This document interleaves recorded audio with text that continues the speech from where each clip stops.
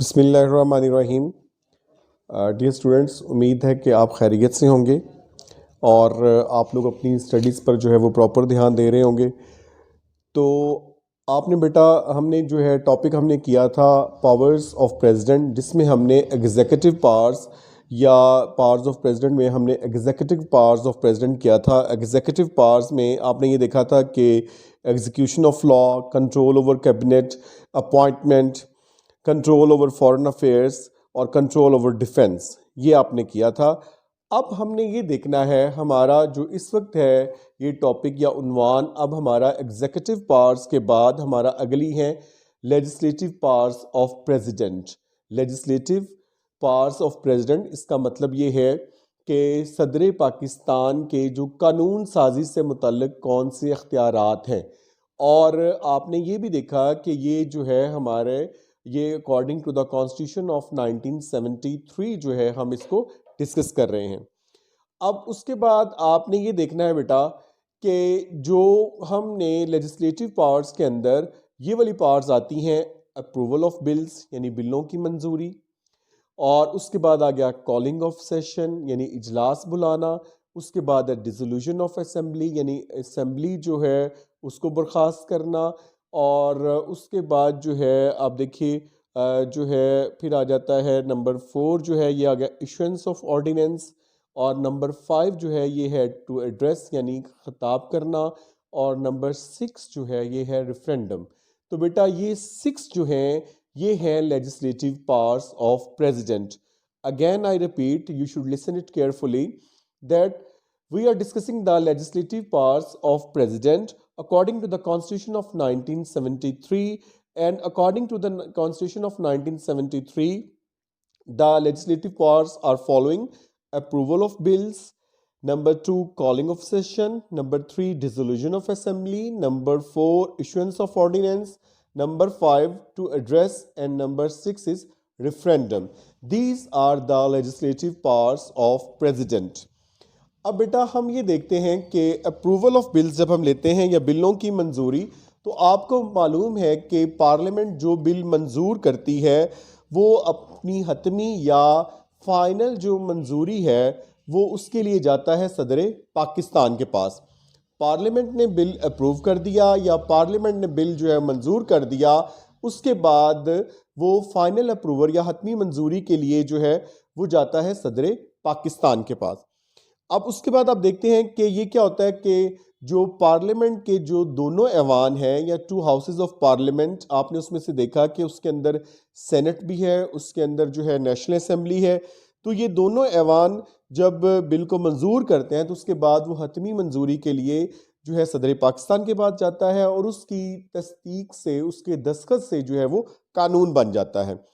सदर को ये भी इख्तियार हासिल है कि सदर जो है वो उसे दोबारा बहस के लिए जो है वो पार्लियामेंट के पास भेज सकता है। फिर उसके अलावा ये है कि अगर पार्लियामेंट दोबारा उसे सादा अक्सरियत, इसमें कोई रूल नहीं है, कोई रेशो मेंशन नहीं की गई, सादा अक्सरियत से अगर पार्लियामेंट दोबारा उस बिल को मंजूर कर लेती है तो क्या होता है कि वो खुद ब खुद कानूनी शक्ल अख्तियार कर लेता है।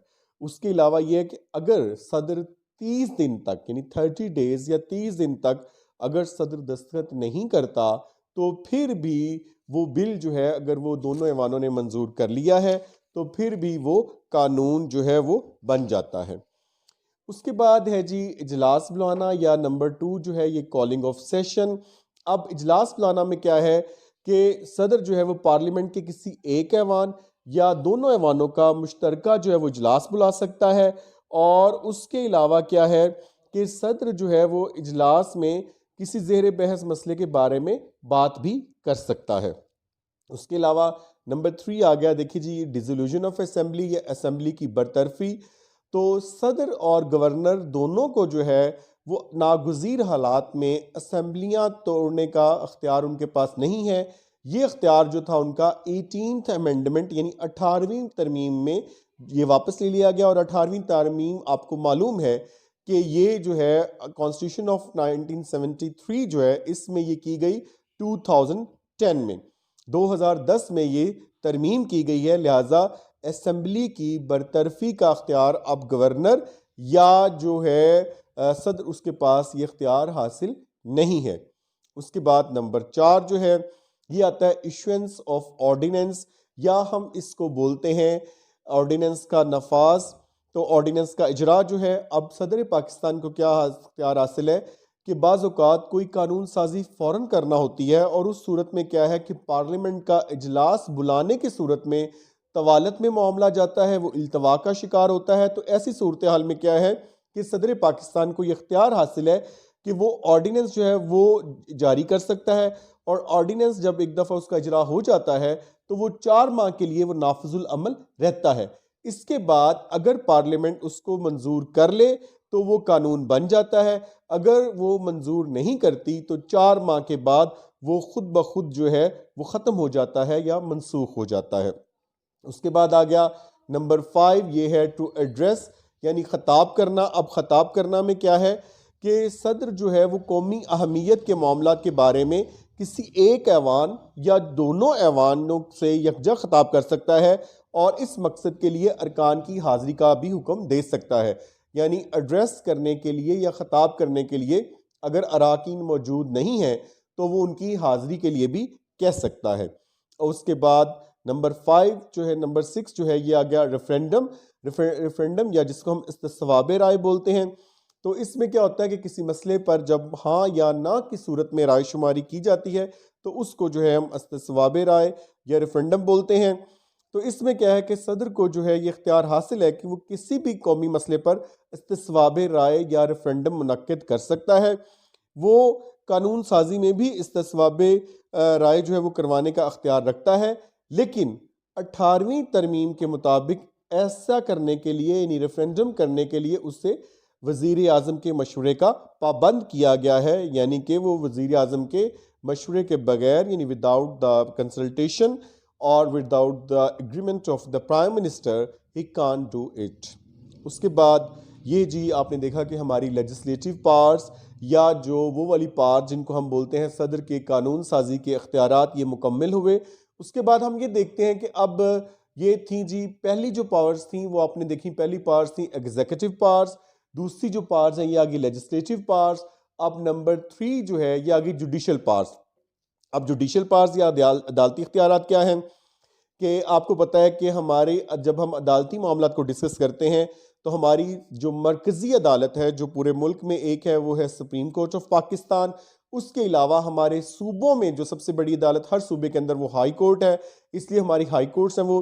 तो उनके जो चीफ जस्टिस हैं और जो जजेस हैं उनको अपॉइंट या उनका तकर्रुर करने में भी जो सदर पाकिस्तान उसको अख्तियार हासिल है।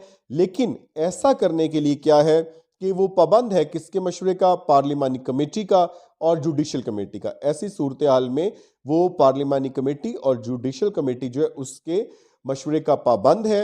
लेकिन ज़ाहिरी बात है चूँकि सदर का भी इसमें रोल है तो लिहाजा ये जो है उसका अख्तियार जो है ये उसकी जुडिशल पावर्स या उसके जो अदालती इख्तियारात उनमें आता है। तो उसके अलावा सदर पाकिस्तान के पास रहम की भी अपील है कि वो जो है अगर किसी को कोई सज़ा वगैरह हो जाए तो उसको माफ़ करना या उसको कम करना ये भी इख्तियार हासिल है। इसके अलावा क्या है जी कि सदर जो है मुजरमों की फांसी की सज़ा को माफ़ कर सकता है या उसे उम्र कैद में तब्दील करने का मजाज है, यानी उसको ये इख्तियार हासिल है कि वो उसे माफ़ कर दे या उससे जो है उम्र कैद में तब्दील कर दे, यानी जिसको हम लाइफ इम्प्रिजनमेंट बोलते हैं। और सज़ा को जो है उसको मुअत्तल करने का यानी रोकने का भी कुछ अर्सा तक अगर रोकनी है तो ये भी उसको अख्तियार हासिल है। तो ये उसके अख्तियारात हैं जो उसकी आती हैं जुडिशल पावर्स या जिनको हम बोलते हैं अदालती अख्तियारात। उसके बाद नंबर 4 जो है ये आ जाती हैं जी देखिए फाइनेंशियल पावर्स या जिनको हम बोलते हैं मालियाती अख्तियारात। तो आपको पता है कि जो बजट है, बजट के लिए एक असूल आपने देखा कि बजट जो है वो हमेशा कौमी असम्बली में पेश होता है। तो क्या है कि सदर पार्लियामेंट से मंजूर शुदा जो बजट की आखिरी मंजूरी जो वो देता है। इसके अलावा क्या है कि सदर बाज़ औकात कुछ माली मंसूबों पर अपनी पसंदीदा का इजहार करके पाया तकमील तक पहुंचाता है कि कुछ मंसूबे कि ये मुल्क के लिए या किसी खित्ते के लिए ये चीज़ बेहतर है तो उनको भी वो पाया तकमील तक पहुंचाने का अख्तियार रखता है। उसके अलावा क्या है कि वज़ीर आज़म के मशवरे से मुख्तलिफ सूबों को खसूसी ग्रांट देना सदर के अख्तियार में है कि वो जो है वज़ीर आज़म के साथ अगर कंसल्ट करता है, वज़ीर आज़म अगर एग्री करते हैं, तो ऐसी सूरत हाल में वो मुख्तलिफ़ सूबों को ख़ुसूसी ग्रांट देने का भी अख्तियार जो है वो सदर के पास हासिल है। उसके बाद हमारे लास्ट वन और फाइनल नंबर 5 पर जो है ये आ गई उसकी इमरजेंसी पावर्स, जिनको हम बोलते हैं हंगामी इख्तियारात। अब ये क्या है कि हंगामी इख्तियारात, ज़ाहिर बात है जब हंगामी सूरत हाल होती है तो उस सूरत में पे होते हैं, और उसमें क्या है कि अगर फ़र्ज़ किया सियासी अफरा तफरी हो, फ़िरका वारियत हो या मजहबी मुनाफरत या अगर की वजह से मुल्क में अगर किसी किस्म की हंगामी सूरत हाल पैदा हो जाए, और सदर जो है वो अगर सदर जो है वो अगर ऐसी सूरत हाल में वो समझे कि ये ख्याल करे सदर कि मुल्क की सालमियत और इस्तेहकाम को ख़तरा लाहक है, तो वो मुल्क में हंगामी हालत का ऐलान करके तमाम अख्तियारात अपने हाथ में ले सकता है। बहरहाल 18वीं तरमीम के तहत सदर सिर्फ रस्मी और नुमाशी अख्तियार का मालिक है, उसकी हैसियत सिर्फ आइनी सरबराह की है, तमाम अख्तियार का सरचश्मा वज़ीर आज़म की ज़ात है। तो बेटा, जैसे कि आपको पहले भी मैंने बता दिया था, हमने जब भी डिस्कस किया कि अब हमारे पाकिस्तान के अंदर जो है पार्लियामेंट्री फॉर्म ऑफ गवर्नमेंट है, यानी पार्लिमानी निज़ाम हुकूमत है, और उसमें जो असल अख्तियारात का सरचश्मा है वो वज़ीर आज़म होता है।